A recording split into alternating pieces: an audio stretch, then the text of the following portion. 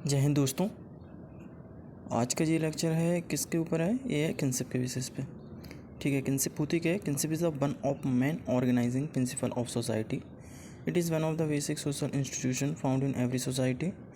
This institution establish relationship between individual and group. Kinship क्या है? एक हिसाब से रिश्तेदारी की अपन बात कर रहे हैं. ठीक है, रिश्तेदारी किस किस तरीके से हो सकती है? जैसे कोई भी इंडिविजुअल है जिसकी शादी हो चुकी है, ठीक है, और इसका मतलब कि बेटा होगा, एक तो पापा की साइड से रिश्तेदारी होनी है और एक मदर की साइड से रिश्तेदारी होनी है. ठीक है, ये अलग अलग स्कॉलर्स हैं, अलग अलग डेफिनेशन दिए हैं, आप देख लीजिए. The social relationships driving from blood ties the real and suppose and marriage are collectively refer to as kinships. ठीक है, ये अलग अलग देख लीजिए. अब अपन देखते हैं टाइप्स ऑफ किनशिप. दो तरह की किनशिप होती है. एक होती है कंसेग्युनल किनशिप और एक होती है अफिनियल किनशिप. कंसेग्युनल का मतलब रहता है खून वाले रिश्तेदारी, ठीक है, और अफिनियल मतलब रहता है जो मतलब कि एक लगाव वाली होती है, प्यार मोहब्बत वाली. जो अफिनियल अपन रिलेशनशिप बोलते हैं ना, वो वही वर्ड है, अफिनेटेड, अफिनियल किनशिप. तो कंसेग्युनल जो किनशिप रहती है, rooted in the relationship establish through the ties forming of fundamental and universal Keynes relations की एस्पेक्ट इंक्लूड.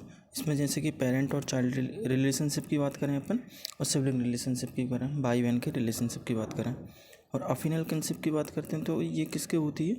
ये लव के थ्रू होती है, ये मैरिज के थ्रू एस्टेब्लिश होती है. जैसे कि अगर एग्जाम्पल में इसकी बात करें तो इसका एग्जाम्पल क्या होगा? हस्बैंड और वाइफ का रिलेशन. सेकेंड है, फिर अपन बात करते हैं degree of kinship. Degree of kinship में क्या आता है? Any relationship between two individual is based on the degree of closeness और distance of the relationship. This closeness और distance of any relationship depend upon how individual are related to each other. ठीक है, अब देखो degree of kinship तीन तरह की हो. एक होती है प्राइमरी किनशिप, दूसरी होती है सेकेंडरी, और तीसरी क्या होती है? टर्सरी. और प्राइमरी में ही दो पार्ट होते हैं, एक होता है कंसेग्युनल और दूसरा होता है अफिनल. और सेकेंडरी में भी दो पार्ट होते हैं, एक सेकेंडरी कंसेग्युनल और सेकेंडरी अफिनल. और टर्सरी में भी दोनों पार्ट होते हैं, एक कंसेग्युनल और दूसरा कौन सा होता है? अफिनल. अगर अपन प्राइमरी किनशिप की बात करें, ठीक है, तो primary kinship involve direct relationship among individual.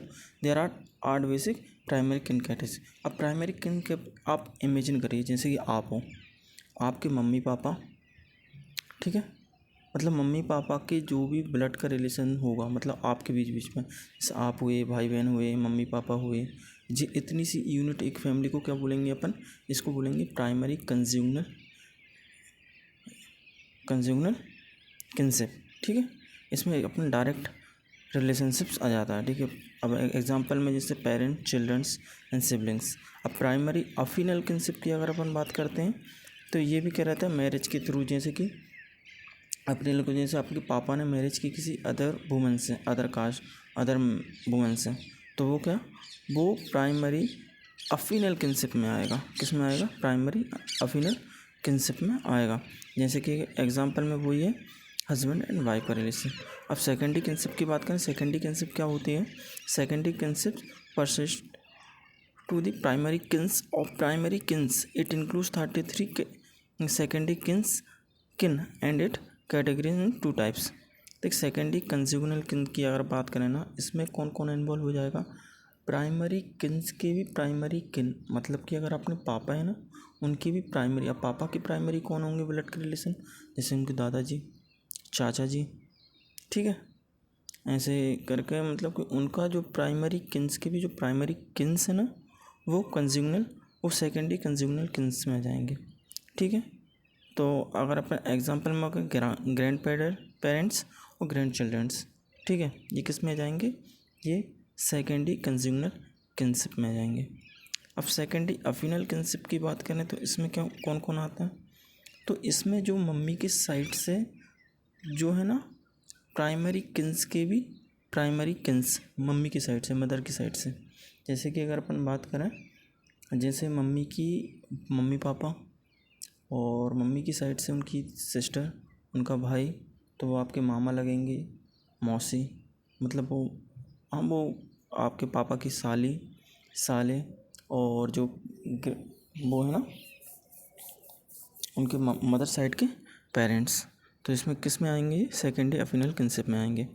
तो इसका अगर एग्जांपल देखें वो sister in law, brother in law and parents in law, ठीक है। अब टर्सरी किनशिप की बात करें तो टर्सरी किनशिप में क्या आता है, इसमें भी दो टाइप का रहता है, एक तो कंजुगनल और सेकंड रहता है अफिनियल।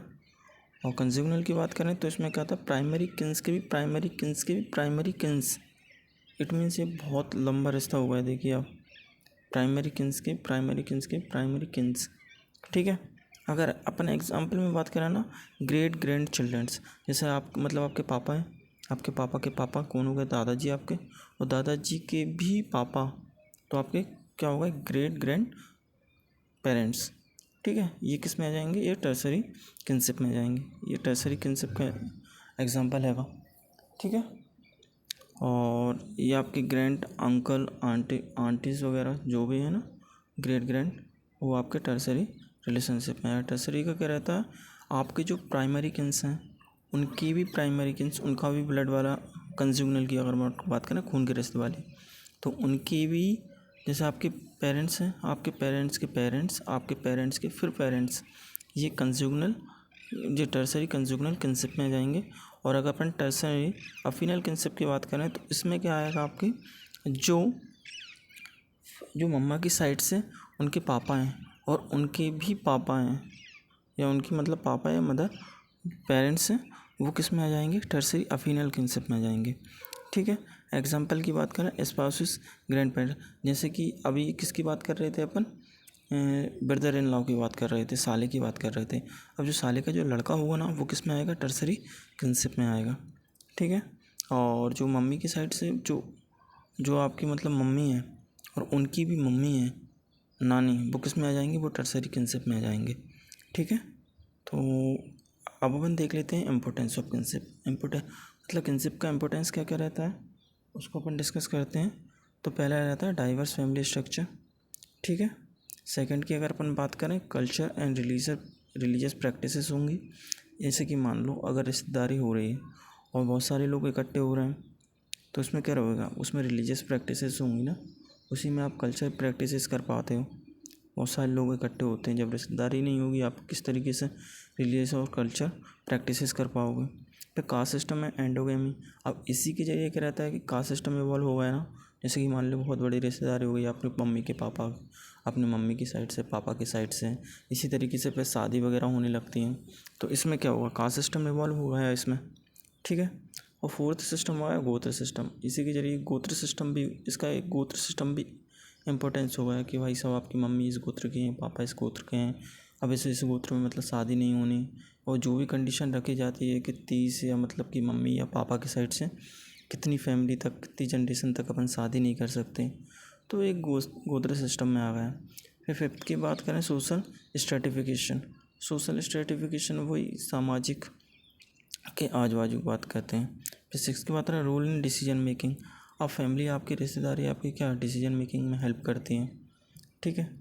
जैसे आपको क्या डिसीजन है, क्या आपके सही है, क्या गलत है, क्या करना चाहिए, एक सोशल मतलब वो भी करती है, एक इवॉल्व करने की कोशिश कि आपको मतलब बड़ों के पैर छूने चाहिए, ये करना चाहिए, एक्सेट्रा एक्सेट्रा, उसमें भी रहता है किनशिप में, ठीक है। और सेवन्थ की अगर बात करें, इकोनॉमिक कोऑपरेशन, रिसोर्स शेयरिंग।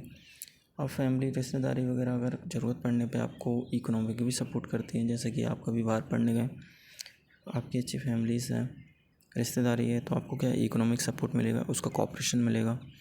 और आठवां है अंडरस्टैंडिंग हायरार्कियल स्ट्रक्चर। अब इसमें क्या हायरार्की बेसिस पे बन गया ना, आपके दादाजी के पिताजी, पिताजी के पिताजी, ऐसे कर एक हायरार्की बन गई ना, एक सबऑर्डिनेट। और चलेगा आज का लेक्चर इसी बेसिस पे समाप्त करते हैं। चलिए, जय हिंद, bye bye, have a nice day.